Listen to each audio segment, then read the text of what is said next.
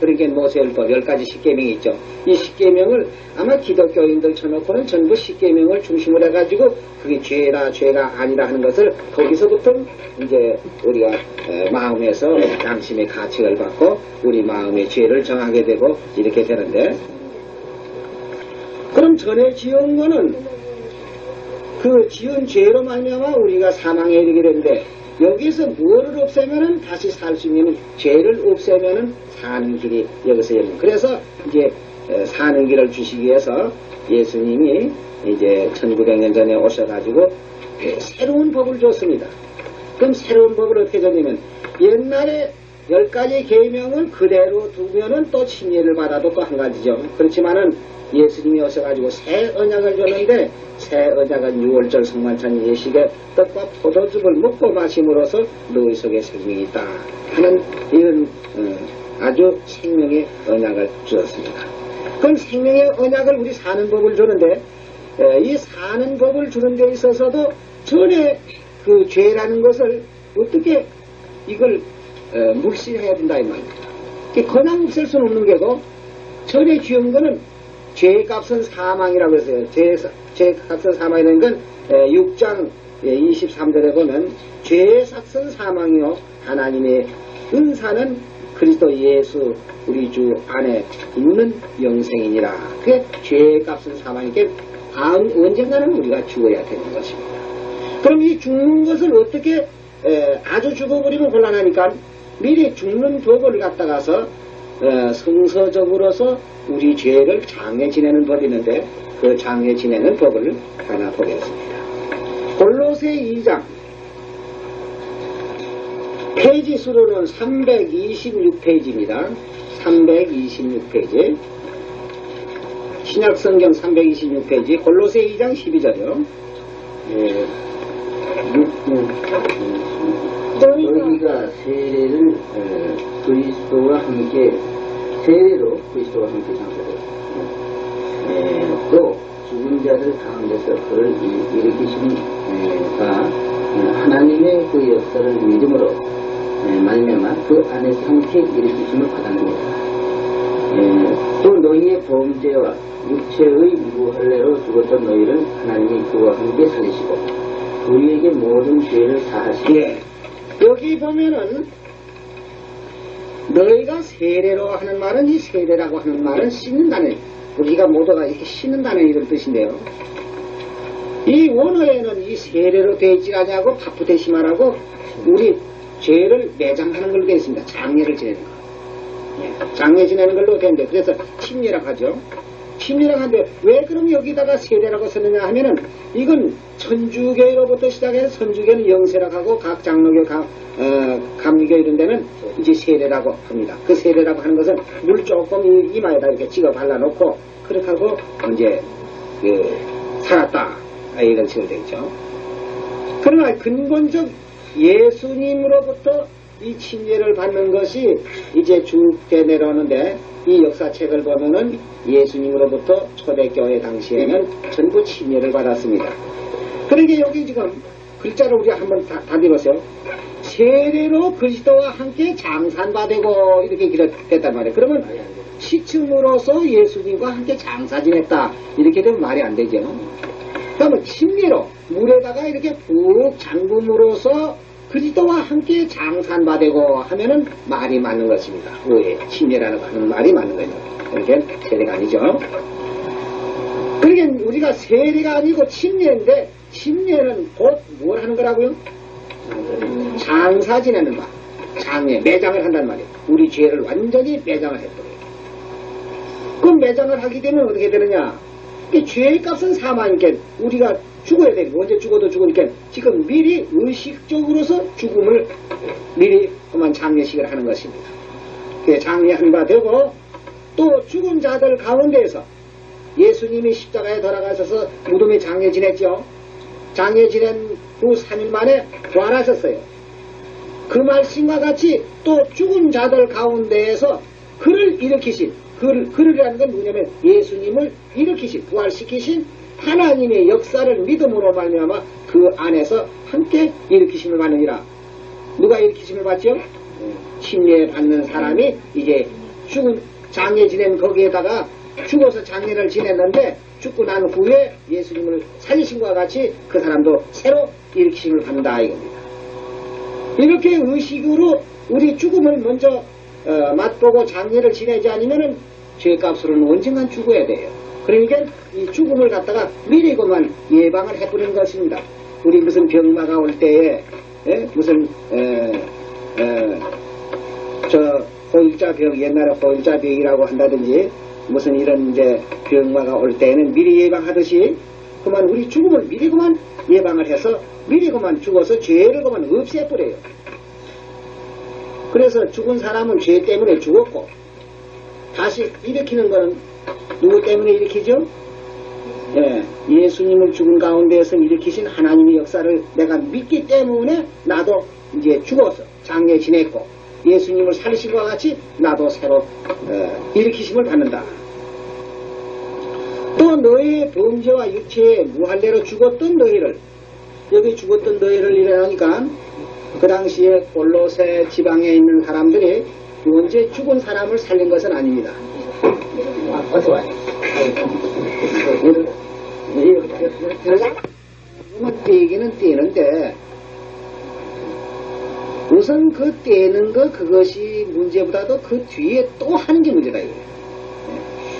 그러니까 예편 떼었던 사람들도 그것을 그 재미를 말이지 무엇에다 펴놨을 때 어떤 또 떼다가도 다시 그것도 한다 이거예요. 그와 같이 우리 죄를 지금 침례를 받음으로써 이제 그 죄는 과거의 죄는 완전히 정리되는데 그 죄 때문에 내가 사망이 왔고 이런데 이제 죄를 없이 해줬는데 침례를 받음으로써 죄는 없어졌지만 또 이제 깨끗한 몸이 또 이 세상에 사니까 자연히 우리 이목이 있고 뭘 보는 것이다.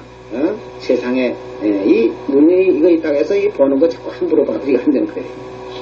이 눈 잘못 보면 그만 큰 범죄를 하는 수가 있고 또 이 귀가 있다고 해서 이 귀가 자꾸 그저 뭐 들으면 좋은 줄 알아도 이게 좋은 말 들어야지 나쁜 말 들어보면 또 이 귀가 또 범죄를 또 해요. 그러니까 세상에 모든 불의한 것이 죄라고 했습니다. 그럼 또 죄 지으면 또 죽는 거 아닙니까? 그럼 매일 뭐 하루 한 번씩 침례를 받다가 집회해야 안 되겠느냐 이렇게 생각하는데 그래서 여기 지금 안식일교회도 침례를 받고 다른 무슨 뭐 여호와의 증인교회나 뭐도 이제 침례교회 뭐도 이런 교회들이 침례를 받긴 받지만은 죄만 없애 그 시간에 침례 받을 때 없앴다 뿐이지 또 죄를 지는 게 마찬가지예요. 시치나마나 내는 또 한 가지예요. 그럼 우리는 어떤 것이냐? 죄를 없애했으면 죄를 짓지 않도록 만들어줘야 된다. 좀 이렇게 예를 들어 말씀드리자면은 요새는 과학이 발달됐고 이기 때문에 바다에 어장들 해가지고 저 바다에 가서 고기를 그저 많이 잡아가지고도 지금 그거 다 처리합니다. 근데 옛날에는 저 무포지방에서 이까 수림이 이런 걸 잡든지 고기를 잡든지 너무 많이 그만 프로가 돼가지고 많이 잡혀도 큰 걱정이라고. 왜 걱정이냐면 처리를 못해서. 그게 뭐 금방 어떻게 다 팔리면 다행이지만은 며칠씩 있게 되면 그저 죽은 고기 그저 하루 이틀만 지면 냄새 나고 썩고 이러니까 그 냉장고는 그만 썩어지면 바다에다 퍼내밀고 이러는 일들 하고. 그렇지 않으면 이제 그 고기가 다 썩어서 못 먹을 정도 되기 전에 소금을 갖다 쳐가지고 소금을 쳐놓으면 좀 담그면 오랫동안 견딜 수 있습니다. 근데 요새는 과학이 발달해서 냉동실을 만들어가지고요. 벌써 이 어당에 나간다고 그런 냉동실부터 먼저 만들어가지고 고기 잡는 쪽 하고에다 탁탁 튀어서 그만 냉동실에다 집으면 다 얼어버려요. 얼으면 암만이 썩어요. 그러니까 암만 실이 가더라도 썩질 않습니다. 그래가지고 이제 각 시장으로 빠져서 나와가지고 뭐 고기 잡은 거죠. 한 달 후에라도 팔아먹고 2달 후에라도 팔아먹고 이렇게 해서 할 수 있는 거 뭐냐고. 우리가 죄를 없이 하는 것이 문제보다도 죄를 없이 해가지고 그 죄가 없이 하는 죄가 오래 유지할 수 있는 이것이 가장 중요한 건데요.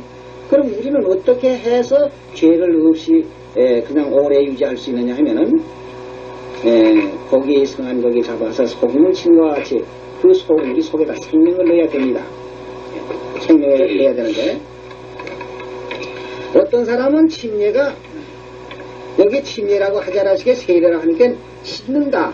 그래서 장롱이나 감히 물력을 조금 얹혀놓고 그렇게 놓고는 이제 다 씻었다, 이제 깨끗하다 이렇게 해서 하는데, 이 침례라는 것은 우리 죄를 씻는 게 아니라는 것을 베드로 전서 3장 여기 21절에 보면은 여기 잘 설명하고 있습니다. 물은 예수 그리스도의 부활하심으로 말미암아 이제 너희를 구원하는 편이 곧 세례라. 더러운 것을 제하여 버림이 아니요 오직 선한 양심이 하나님을 향하여 찾아가는 것이라. 저는 하늘에 오르사 하나님 우편에 계시니 천사들과 권소들과 능력들이 저에게 중복하느니라.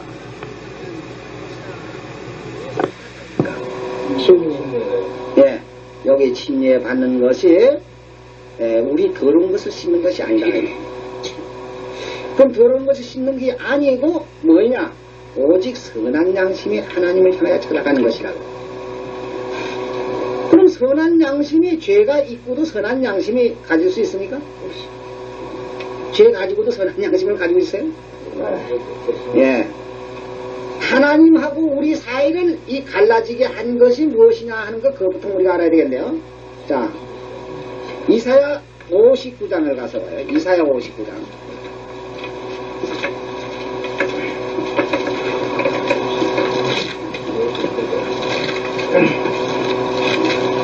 이사야 59장 1절에서부터 보겠습니다. 여호와의 손이 짧아 구원 여호와의 손이 짧아서 구원치 못하신 바 아니요 귀가 둔하여서 듣지 못하신도 아니라 오직 너희 죄악이 오직 너의 죄악이 너희와 너의 하나님 사이를 내었고 너희 죄가 그 얼굴을 가리워서 너희를 듣지 아니하게 하니니 이는 너의 손의 피가 너의 손가락의 죄악이 더러웠으며 너의 입술은 거짓을 말하며 너의 혀는 악독을 말함이라. 자, 이런데 이걸 가지고 선한 양심 하나님 찾아갈 수 있어요? 죄는 양심이 허락을 안 하는 것입니다. 내가 죄를 가지고서 우리가 나 깨끗하다, 하나님하고 내가 동행할 수 있다 하고 하나님 뒤에 줄줄 따라다닐 수 있느냐는 그렇게 될 수가 없어요. 그러니까 여기 베드로 전서 3장 21절에 그 물은 하는 말은 여기 노아 홍수 때에 구원받은 노아의 식구 8사람이 구원받은 그 물을 말하는데, 이 물은 예수 그리스도의 부활하심으로 말미암아 이제 너희를 구원하는 편이 곧 세례라. 육체에 더러운 것을 제하여 버림이 아니요 오직 선한 양심을 양심이 하나님을 향하여 찾아가는 것이냐. 그러니까 죄가 완전히 다 청산되고 장례제 매장을 씻어가지고는 안 되죠. 씻으면 아주 죄의 끌통이 남아있으니까, 뿌리가 남아있단 말이에요. 그 뿌리가 남아있으니까 언제든지 뿌리가 남아있으면요, 저 산에 아카시아 나무 이제 그 많이 있는데 어떤 사람 그 아카시아 나무 이걸 없애려고 또 비은해도 또 나오고 비은해도 또 나오고 뇌를 먹는 게라. 그래서 이 사람이 비다가 못해서 이래가지 안 돼요. 그래서 이제 그때 막 고개를 흘러서 들고 파고 뿌럭지를 막 파내요. 그러니까 이제 그게 안 나온다 그래요. 그 죄를 씻어서야 안 되죠. 그러니까 장례를 지내는 겁니다. 장례를 지내. 그렇게 해서 이제 완전히 죄의 뿌리를 빼서 내버리고 이제 선한 양심을 가지고 하나님을 향하여 찾아가는데, 그럼 침례받고 또 지으면 어떡할까요? 그러니까 침례받고 죄를 짓지 아니하는 이 새 언약이 있습니다. 새 언약. 요한복음 6장을 보겠습니다.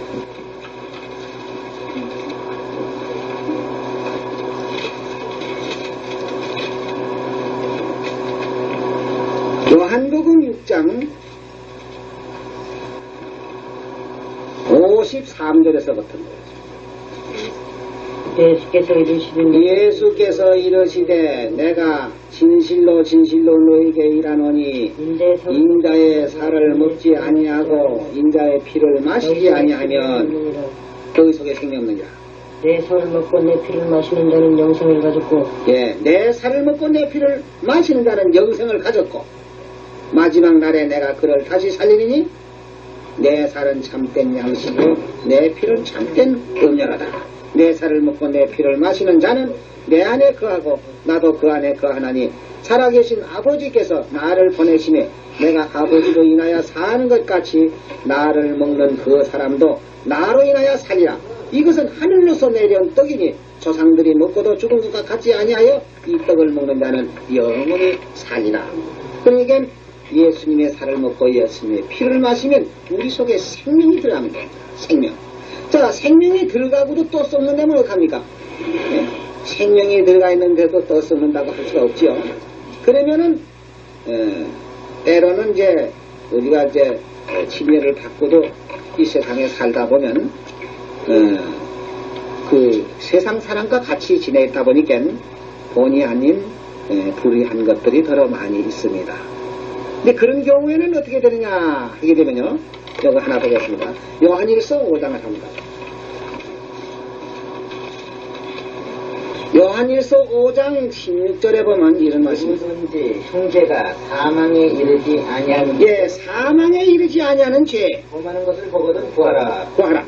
그러면 사망에 이르지 아니하는 범죄자들을 위하여 저에게 생명을 주시리라. 예. 사망에 이르는 죄가 있으니 이에 대해서 나는 구하라 하지 않노라. 모든 불의가 죄로 돼 사망에 이르지 아니하는 죄도 있도다. 그러니까 이 사망에 이르는 죄라는 것은 어떤 것이냐 하면은 우리 세상 죄에도 너무 심하게 하는 것들은 안 되지만은 여기에서 사망에 이르지 아니하는 죄가 뭐인가? 히브리서 9장을 한번 찾아보세요. 히브리서 9장 히브리 9장 10장으로 가죠. 10장 26절. 우리가 진리를 아는 지식을 받은 후 우리가 진리를 아는 지식을 받은 후에 짐짓 죄를 범한 적. 여기 죄라는 건 무슨 죄냐면은 그 다음엔 나옵니다. 어떤 게 그 죄냐면 짐짓 죄를 범한 적 다시 속죄하는 제사가 없고, 이 속죄라는 것은 이 새 언약을 말하는 것입니다. 속죄하는 제사가 없고 오직 무서운 마음으로 심판을 기다리는 것과 대적하는 자를 소멸할 맹렬할 불만 있으리라. 모세의 법을 폐한 자도 두세 증인을 인하여 불쌍히 여김이 없이 받지 못하고 죽였거든. 하물며 하나님의 아들을 밟고 자기를 거룩하게 한 언약의 피를 부정한 것으로 여기고 은혜의 성령을 욕되게 하는 자의 당연히 받을 형벌이 얼마나 더 중요하겠느냐 너희는 생각해봐라. 그러니까 여기 무슨 죄겠어요? 예, 이 언약의 질을 배반하고 나가는 것이 이것은 다시 속죄하는 제사가 없어요. 왜 그러냐면은 새 언약을 통해서 예수님의 살과 예수님의 피로 우리의 생명을 줬고 영생을 줬는데도 불구하고 그것을 부인하고 나갔을 때에는 옛날 모세의 법을 폐한 자도 불쌍히 여기지 않고 죽였거든. 두 사람이 증인해서 하물며 하나님의 아들을 밟고 자기를 거룩하게 하는 언약의 피를 부정하게 여긴다. 이것이 다시 용서함을 받을 수 없는 죄라는 것을 여기 말했습니다. 그러면 우리 속에 생명을 넣어준다는 말씀, 아까 어떻게 하면 생명이 들어간다고요? 요한복음 6장 53절에 예수님의 살을 먹고 예수님의 피를 마시면 너희 속에 생명이 있다. 생명이라는 뜻은 뭐냐면은 영원히 사는 뜻을 말합니다. 생명이 없으면 죽은 사람이고 생명이 있으면 산 사람입니다. 그러니까 생명이 있는 사람에게는 죽음이 있질 않지요. 그러나 영생이 항상 살아가지고 있기 때문에요. 근데 예수님의 살과 예수님의 피를 어떻게 우리가 먹고 마시느냐? 예? 그것이 누가복음 22장에서 우리가 볼 수 있죠. 누가복음 22장. 누가복음 22장 7절입니다. 유월절 양을 잡을 때 무리들이 이른지라 예수께서 베드로와 요한을 보내시며 가라사대 가서 우리를 위하여 유월절을 예비하여 우리로 먹게 하라. 여짜오되 예, 좋습니다. 여기 보면 유월절 양을 잡을 무교절이 이른지라 예수께서 베드로와 요한을 보내시며 가라사대 가서 우리를 위하여 유월절 예비하라 그랬는데, 요새 모든 교회 가운데는 유월절이라는 걸 듣지도 못하고 보지도 못했기 때문에 이 유월절 얘기만 하면 이건 모세율법으로만 생각합니다. 모세율법에 양 잡고 소 잡고 유월절 지킨 그걸로만 착각을 한다 이 말이에요. 근데 예수님이 유월절 예배하라고 요한 베드로와 요한을 보내서 가서 유월절을 예비해서 우리도 먹게 하라 한 이 유월절은 옛날 모세율법에 양을 잡고 양의 피를 문선주에 바르거나 백성에 뿌리는 그런 유월절이 아니고 멜기덱의 반차라고 하는 떡과 포도즙을 가지고 우리에게 새 언약을 주신 것입니다. 19절 보세요. 또 떡을 가져 살해하시고 떼어 저에게 주시며 가라사대 이것은 너희를 위하여 주는 내 몸이라. 내 몸이라. 예수님이 내 살을 먹으면 너희 속에 생명이 있다는 게 이것이 내 몸이라. 너희가 이를 행하여 나를 기념하라 하시고 저녁 먹은 후에 잔도 이와 같이 하여 가라사대 이 잔은 내 피로 세운 새 언약이니 곧 너희를 위하여 붓는 것이라. 이렇게 해서 여기 새 언약이라는 말씀인데 이 새 언약은 예수님이 이 세상에 오시기 전 약 650년 그 이전에 에레미야 선자가 여기서 예언을 했습니다. 에레미야 31장 31절요. 구약성경 31장 31절입니다. 나 여호와가 말하노라.